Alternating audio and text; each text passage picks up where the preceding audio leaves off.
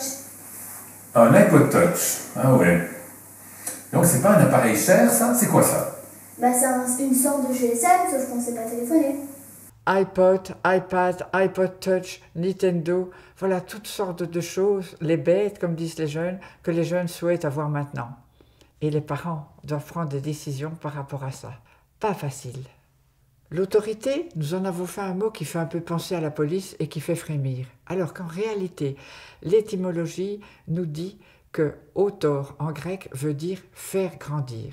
Donc c'est un mot très positif.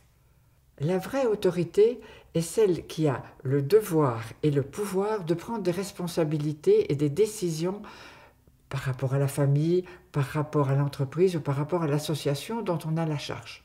L'autorité parentale met des limites à la toute-puissance de l'enfant afin de le préparer à avoir sa place dans la société tout en laissant la place à l'autre. Mais c'est aussi le préparer aux futures frustrations de la vie. Le parent doit faire passer la loi avec douceur. Alors, voilà une image de l'autorité que j'aime beaucoup. L'autorité parentale, ce serait comme un fauteuil. Il fait bon s'y asseoir, mais dans les strictes limites des deux accoudoirs. Savoir dire non n'est pas une chose facile. Il faut pouvoir accepter sereinement les grognements, claquements de porte et autres joyeusetés de celui ou de celle à qui on a dit non. Fais chier, hein. Il faut accepter de ne plus être aimé, au moins temporairement. Salut papa. Ah, salut Étienne. Alors la journée? Ça va s'est bien passé. Et toi, la tienne? Bah écoute, j'ai un ami ici qui m'a prêté un truc, un bazar qu'on appelle ça, assez incroyable. Je sais pas si tu reconnais l'objet. Oui, je crois que je sais même ce que c'est. Un iPad. Exactement. J'aimerais vraiment beaucoup en acheter un.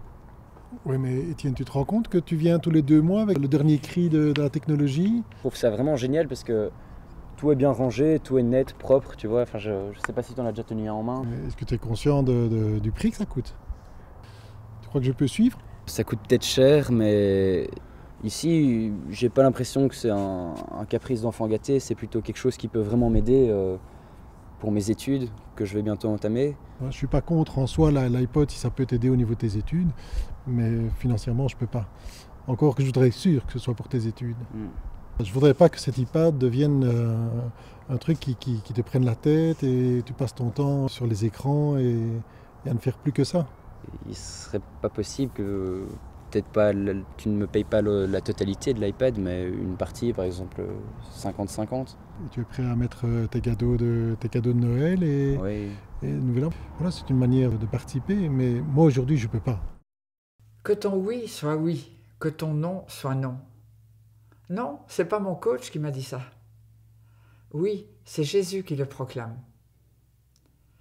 Que d'hésitation pour les parents tiraillés entre le désir de faire plaisir à leurs enfants et les refus pour de très bonnes raisons.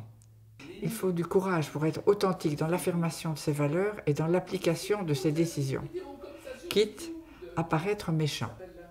C'est aussi enseigner aux enfants à pouvoir résister dans une société consumériste comme la société actuelle. À qui ai-je peur de dire non? Certaines personnes ont une autorité naturelle faite de sagesse et de compétences et les gens ont envie de venir les trouver pour leur demander conseil. Ainsi, Jésus avait une telle autorité naturelle que les gens venaient à lui et ils se demandaient quelle est la force avec laquelle cet homme parle.